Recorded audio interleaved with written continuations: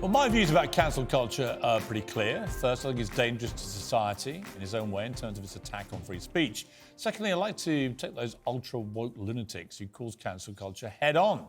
Well, last week, one of America's top sports broadcasters, Stephen A. Smith, faced a social media furore after he dared to give an opinion on pop superstar Rihanna, who's doing this year's halftime NFL Super Bowl show next month. Let's take a look. Ladies and gentlemen, she's a lot of things. She's spectacular, actually. Yes. And congratulations on new mamahood. Yes. There's one thing she's not. Uh-huh. She ain't Beyonce. Now, Stephen A. Smith, he's a very opinionated guy, and he's perfectly entitled to his opinions. And his personal opinion is that Beyonce is there, and Rihanna is great, but not quite as good as Beyonce, which is an honestly held opinion, and many people would agree with him. But there was a most extraordinary social media pile-on, so much so that he was forced to issue an apology. Rihanna, go do your thing. I apologize for creating whatever brouhaha comes of this. I gotta be more careful where people twist it and turn it into something it ain't. My bad on that. Well, Stephen's new book is called Straight Shooter, does exactly what it says on the tin, and he joins me live. Stephen, it's great to have you on the programme. First of all, thank you very much indeed for joining me. Good to talk to you, man. How you doing? Well, great. My pleasure. How you doing? I'm a little bit disappointed in you because I love you, and I don't think you should have bowed to the mob and apologised. You should have dug in, stuck to your guns, and said, you know what, I prefer Beyonce. No disrespect to Rihanna, I just prefer Beyonce. Well, first of all, if you listen to what I had to say, I didn't apologize to any mob. I apologized to Rihanna. And what I apologized for was making a mess of this whole deal, not realizing that people were going to react this way, all of a sudden recognizing it as a crime to express my opinion. You know, my thing is she's home. She's a new mom. She's doing very well for herself. Obviously, she's a sensational artist. And my point to her was that I wasn't saying that you're not great. Just like I bought Beyonce's album, I bought yours. I am a fan. Right. It's just that I am of the opinion that Beyonce may be the greatest I've ever seen. I certainly didn't apologize for expressing that opinion. Who I was apologizing to was Rihanna personally, and what I was apologizing for was how people were able to twist it and try to interpret it as me denigrating her in any way, which I was not doing. I said on air last week, Madonna, I thought, when she announced her tour, I thought she'd become the biggest train wreck in world entertainment.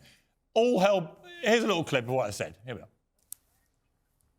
See, I don't even care. I don't need to like singers to enjoy them at all. In fact, quite the opposite. I don't need to like any artist to enjoy them. But in her case, I find her behaviour for a woman in her 60s just utterly embarrassing. I mean, if that was my mother or grandmother or something, you'd be like cringing. Now, that was my honestly held opinion, Stephen, about Madonna. Now, people can disagree, you might disagree, but certainly I had a huge blowback from people, Madonna fans and so on, calling me all sorts of stuff, wanting me cancelled, wanting me shamed for being a misogynist, sexist, and so on. It was none of those things. I just think she does things deliberately to provoke, and I find them pretty revolting, actually. Now, here's the point. Here's my point. Here's the it would never have crossed my mind to apologise. And I just thought that knowing you, and I'm such a fan of yours, I was surprised you felt you needed to. I felt I needed to because I think that if you're Rihanna sitting home minding your business, you interpreted it maybe without seeing it yourself as people expressing sentiments that I was disrespectful to her, which I did not do. And my point is a lot of times you have people that are subjected to the headlines without really knowing the details of the content that's been disseminated. So I wanted to make sure that she understand exactly where I was coming from, that I was a fan of hers. I'm just a bigger fan of Beyonce, and I'm not apologizing for that to anybody. Having said all of that, your point about Madonna, here's where I would compare the two. You were talking about Madonna as a person and how she conducts herself, and you are entitled to your opinion, and people are entitled to disagree and even be offended by that. My point is, what did I say about Rihanna that was offensive? Nothing. I said she's great and sensational and that she's done great. I said nothing offensive about her. And so for people to interpret that, if she didn't see it herself, she might have just went with these fools out there with this woke culture that goes to the extreme. And I wanted to make sure that I addressed it directly and apologized to her for creating this stir. But in the same breath, please understand, I am not someone who is fearful of the right or the left to the extreme. Woke culture doesn't fear me. They can all kiss off. I'm not here to make friends and subject what I feel or suppress what I feel because I'm fearful about how somebody is going to react. It's just that I wanted Rihanna to make sure she knew. I wanted to make sure she knew in no way that I intend any disrespect towards her. Everybody else could kick rocks. I'm not worried about what they think. Well, I'm very glad to hear it, because that's more like the Stephen Smith that I know. But let me ask you this. What does it say about wider society that you can go on a show, as you did, to promote your excellent book and just make a genuine, honest observation that you think Beyonce is the biggest star of her kind in the world and that Rihanna may not be quite at that level, but is still great. And that creates a gigantic firestorm driven by social media. What does it say about where we've gone to as a society? It says several things. A, people don't have a lot of things going on in their life. They have nothing better to do. Or number two, they're entirely too petty. Or number three, they're feigning passion and vitriol and what have you because it's clickbait material and everybody's looking to find a way to monetize whatever they're doing as opposed to going out there and really putting in the work and making something of themselves. That's not to say that everybody that feels that way are that way because I'm certainly not trying to imply that. But I would like to believe that most people in this world have better things to do with their time than creating a controversy out of something this minuscule and innocuous. Comedians, that's different. I mean, you're making jokes, you see, you react to it, you're making people laugh and stuff like that. But I'm talking about the natural, organic, authentic uproar over something that there was nothing to have an uproar about. But that's the society that we're living in because those are people on the fringes, whether it's the extreme right or the extreme left. They make up about 8% of the population, no matter which side you lean to. And unfortunately, the ones who screech the loudest are the ones who get the most attention as opposed to the vast majority of us who have some damn sense. That's really what the situation is, and that's what you have to deal with in today's What is the answer? Society. It's unfortunate, it's sad at that time, but you can deal with it. Stephen, what is the answer to this cancel culture, which has enveloped society, not just in the States, but over here in the UK, around the world, actually?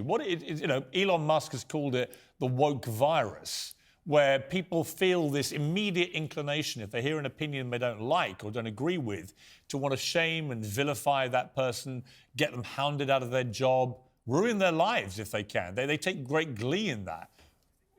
What do we do about it? How do we stop it happening? You have to shame the petty into the petty holes they belong in. And those of us who have some sense, have some decorum, and are relatively reasonable, we need to make sure that our voices are just as loud, if not louder than theirs. If somebody is loud and obnoxious and you never hear anybody else, sure, they're going to come across as profound in some people's eyes because they're getting that shine, that level of attention. But when you give attention to those who are worthy of it, who make more sense, who exercise more common sense and decency and decorum, etc., then obviously those people will weed itself out. Stop allowing these people to monetize such certain situations, make money off of the pettiness and the vitriol, make sure that they got to go out there and earn their money the old-fashioned way, and then you'll see people preoccupying themselves with other things instead of this kind of nonsense that I was subjected to last week. Out of interest, did you hear from either Beyonce or Rihanna personally? No, I did not. Because I had my own little run-in with Rihanna. It was quite feisty. This was a few years ago. She performed. I didn't know that. She performed at a Paralympics event and was fantastic, but she cut her hair very short. And I, rather cheekily, I admit, I went on Twitter and said, I think Rihanna should grow her hair back fast. And she replied by, she came off stage actually, and immediately replied to me, you should grow your bleep fast, referring to a lower part of my abdominal region. Well, let me say this to you. I don't agree with that comeback by her. I don't think that was necessary. But I would tell you this. I also don't agree with your assertion of Rihanna. Rihanna on her worst day looks better than most women. She is a very, very beautiful woman. What? I actually don't disagree with you. Long hair, and I definitely think that you were a bit off kilter there. It's pretty hard to find a woman more beautiful than Rihanna. I think you crossed the line there. I think you raise a very good point, Mr. Smith. Talk me Yes. quickly about your book, because you wrote a book and it's called Straight Shooter. I wrote a book called Shooting Straight. So I think we are kindred spirits in many ways and agree probably about a lot more than we disagree about. But if you were selling your book, you know, giving a sort of a sales pitch, what would you say to people as to why they should go and buy it? I think that it's a motivational book. It's an inspirational book. If you're young or old and the odds are stacked against you and you're down and people are telling you you're out, that there's no way to climb from the bottom, from the abyss, to ascend to new heights, they're wrong. The fact of the matter is you put your head down, you're focused, you've got a plan. There's always somebody out there to help you.